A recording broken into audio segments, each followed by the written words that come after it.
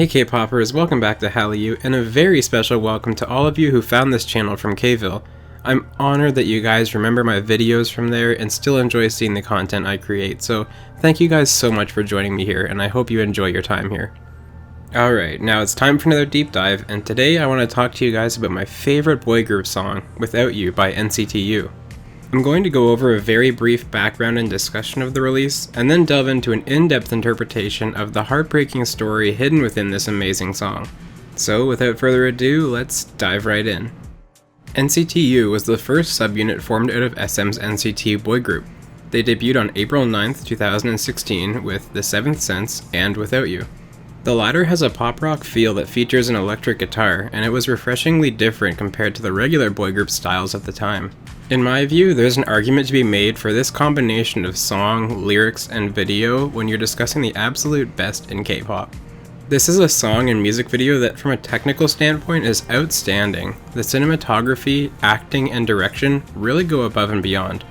But there's also an incredibly crafted story hidden within it, and that's what I want to talk about today. Before I dive in though, a couple of quick disclaimers. There has been no official confirmation by SM about the meaning of this video, so this is just my interpretation. Also, there are some very interesting and plausible theories about The Seventh Sense and Without You being tied together and referencing laboratory experiments and synchronized lucid dreaming. That being said, I want to share my interpretation since I feel that the lyrics of Without You don't really fit this theory. I also highly encourage you to pause this and go watch the music video with lyrics if you haven't already, as there's going to be a lot of discussion and analysis here, and it's best if the video is fresh in your mind. The general story portrayed in this video is one of a boy and a girl who have had rough upbringings, but have helped each other endure and find happiness together. They've become so close that they can't live without each other, but this is tragically interrupted when the girl begins succumbing to a terminal illness. In the end, the girl dies, and trust me, I will come back to this later to show my work for why I think this is the case. For now though, with that general overview, let's start from the beginning and look at the lyrics in the video in tandem. The song begins with the lyrics, "Like a child who has grown up, like a tree that is left alone, look at someone's world that is exhausted with loneliness." We can see this depicted by the boy walking against the grain of society. The boy's face is dejected and worn out.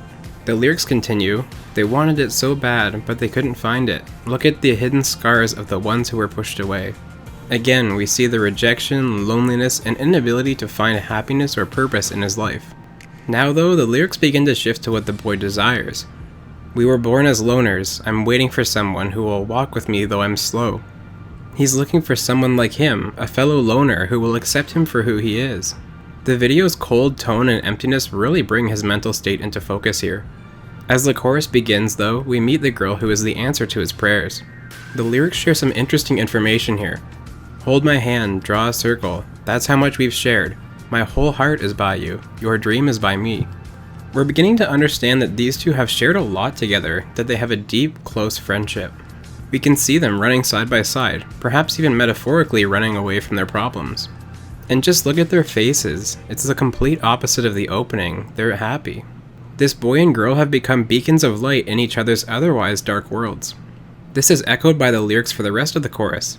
"To live and to endure, if we're together it'll be happier, we'll be endlessly connected, can't live without you." The pain won't go away, but at least if they're together they can be happy and endure it. Their dependence on each other is so strong that the boy says he can't even live without her. This is where we start to see something isn't quite right. Like being pulled by the current, like floating around the ocean. I'm getting tired but I don't see paradise. It seems as though in the present the boy is lost and being controlled by the sadness in his life once again. He can't find that source of light that he once had. We also see him lying in bed here, which we'll come back to shortly. The suspicion that the girl is no longer alive grows with the lyrics, "I need your warmth. It tells me that I'm alright. I need you. I need you." He finds himself without that warmth, comfort, and stability that he had with the girl. As the second chorus begins, we see scenes of the boy and the girl playing out in an arcade. Playing air hockey, ordering food, and even sharing secrets as kids, confirming that the two have been close ever since they were little. We then see him waking up on his bed, showing us that those scenes were from the past. The lyrics continue with, "Even when I close my eyes, I feel your warmth. You're my companion who will walk next to me. You give me comfort. I'm with you." This is even more evidence that the girl is gone, as we learn it's only when he closes his eyes that the boy can feel her warmth. We also see that she was that light, that companion that he was searching for at the outset, who will walk with him and accept him for who he is. We then see more scenes of them together, both as adults and kids, with the lyrics, "You are the courage to make me live again. You lent me your shoulder. I believe in you because we can share in this when we're facing sadness one more time." You can see a determined look on the boy's face, and we can see from the lyrics that even though the girl's not with him, she is giving him the strength and courage to fight another day and face this one final sadness, that of her death. As the final chorus plays out, we learn a lot. More scenes of them together at the arcade show they continued to be happy together.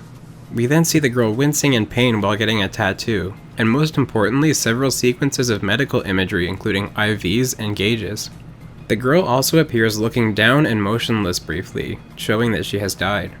Now, before I really dive into what this all means, it's important to recognize the theme of clocks and time in this music video. There are numbers in many places in this music video, and they are intentionally placed. The first instance of this is during the first chorus, where we see a burst of images.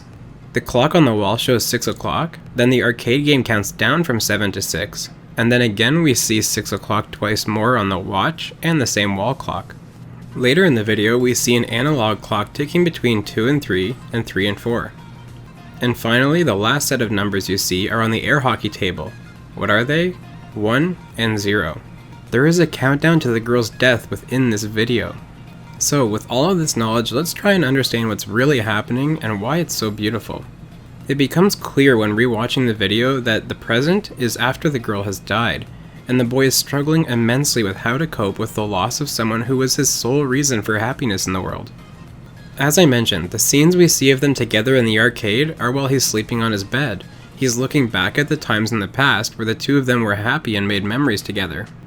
It's clear that at some point the girl learns of her fate, and she chooses to spend her final days together with him. Look closely at this final arcade scene.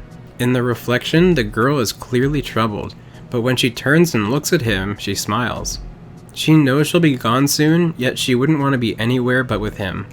From her facial expression, you can see that she knows this isn't going to last, but in that moment she's perfectly happy. She also knows what she must do to help him live on without her.